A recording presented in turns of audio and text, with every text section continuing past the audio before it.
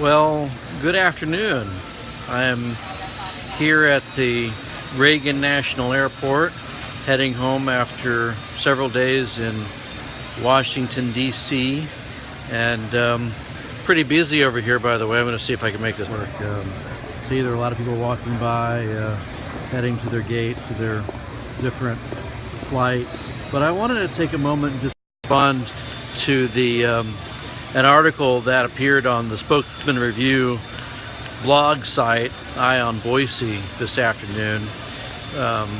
It's a response to an article that our Vice President, Fred Birnbaum, wrote a couple days ago, where he said that the state budget in Idaho is growing faster than, on average, what you're seeing in other states.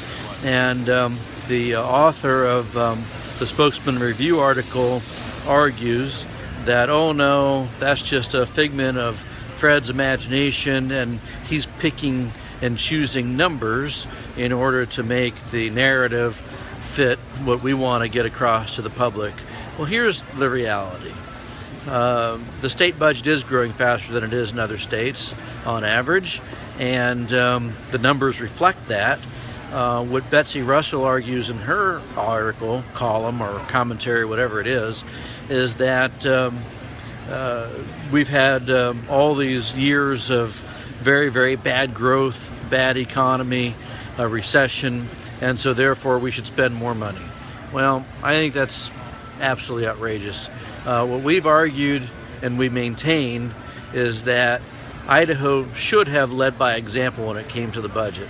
Instead of growing government and trying to and raising taxes in order to pay for highway and bridge needs, we should have used some of the money in the growth in revenues instead. Consider this. The state budget has grown by $1 billion with a B. $1 billion, about a third since 2011. That's a lot of money.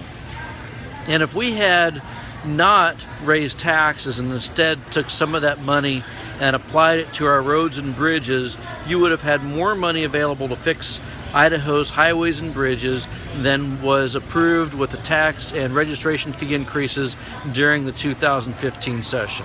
So we would have done a better job repairing roads and bridges in our state than was approved by the Republican-controlled legislature in the 2015 legislative session. And here's the most important thing.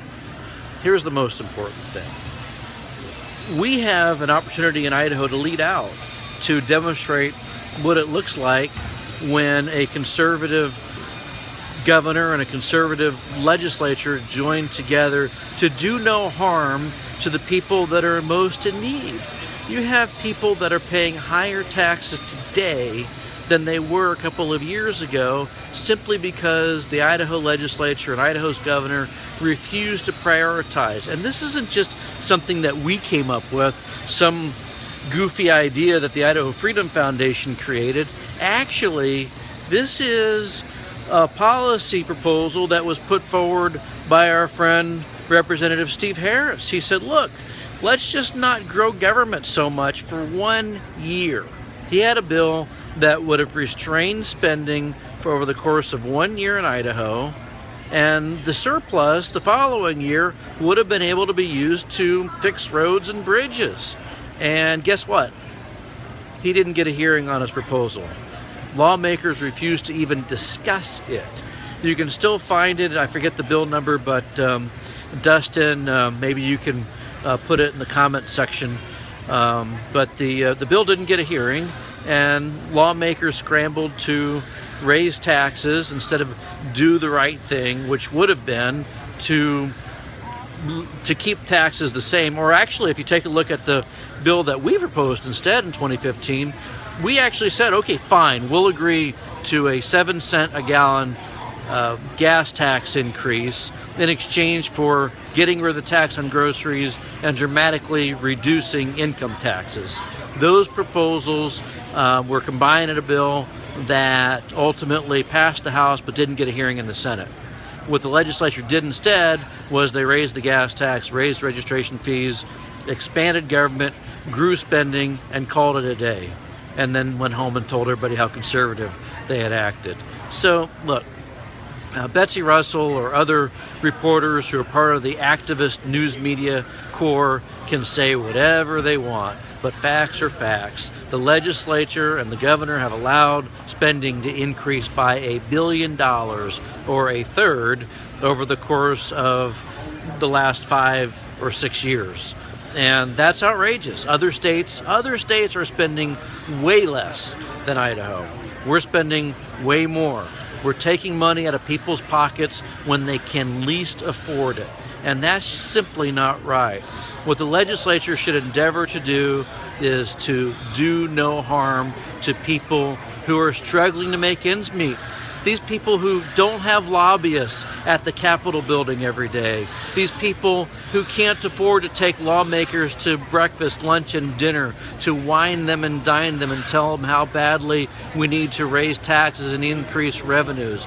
It's wrong. People are hurting out there. They're struggling. They're trying to make ends meet. Let's give them a break. And that's what our proposal called for. So today you have a reporter from the Spokesman Review newspaper who's playing the role of PR firm for the establishment Republicans in the state and the liberal Democrats who voted to raise taxes and grow government. And that's just too bad. So anyway, Dustin, if you don't mind posting a link to the article in the comment section, and I'd love to hear from you folks about what you think. But we're trying to at least speak truth to power and make people understand that we had two choices in the last several years. We could grow government, or we could do the right thing, which is restrain spending, prevent taxes from going up, and keep poor people and middle income people from having to suffer from higher taxes and higher vehicle registration fees. Well, it's again kind of crowded here. Like I said, you can see the crowd, and I've got to go hop on a plane here in a little bit. But no, Michael, our group did not endorse the people who voted for higher taxes. Sorry. Try again. The simple fact of the matter is, legislators voted to raise taxes. That was their doing. The people that have been supporting lower taxes and less government, they're the folks that are ranking extremely high on the Freedom Index. We're very proud of that fact. Idaho should be doing better. It's not doing better.